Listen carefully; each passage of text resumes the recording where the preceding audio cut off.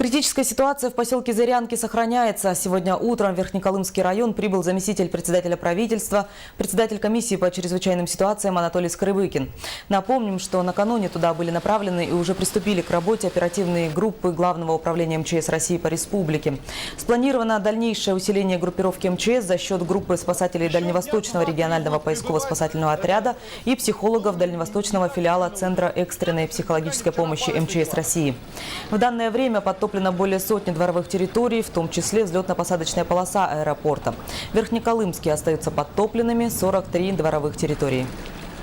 В 8 часов утра уровень Верхнеколымский достиг 932 сантиметров. Люди из обоих населенных пунктов постоянно звонят в единую диспетчерскую, просят их перевести в более безопасные места, чаще всего не в пункт временного размещения, а к родственникам или друзьям.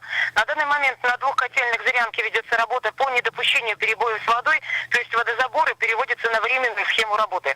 Сейчас на Верхнюю Колыму летит Анатолий Скрыбыкин, заместитель председателя правительства республики. Как ожидается, перед посадкой будет произведен очередной облет затопленных территорий. По прогнозу, переданному сегодня из Якутского управления гидрометеослужбы, в ближайшие сутки на водопосту Зырянка ожидается увеличение уровня до 910-915 сантиметров. Наталья Ломанова, НВК «Саха», Зырянка.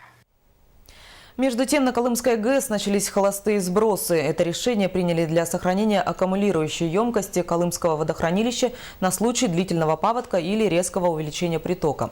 Свободная емкость позволяет сглаживать острые пики паводков, существенно снижая максимальные сбросные расходы через гидроузел. В течение суток после увеличения сбросов на Колымской ГЭС произойдет изменение расхода через сооружение Усть-Среднеканской ГЭС. Сейчас обе станции работают в штатном режиме. Все гидротехнические сооружения и оборудование были подготовлены к паводковому периоду. В районе сброса Колымского каскада ГЭС до конца недели ожидаются дожди. Они и интенсивное таяние снега являются причинами высокой приточности. Ожидается, что средний июньский приток на Колыме будет в 2 раза выше нормы.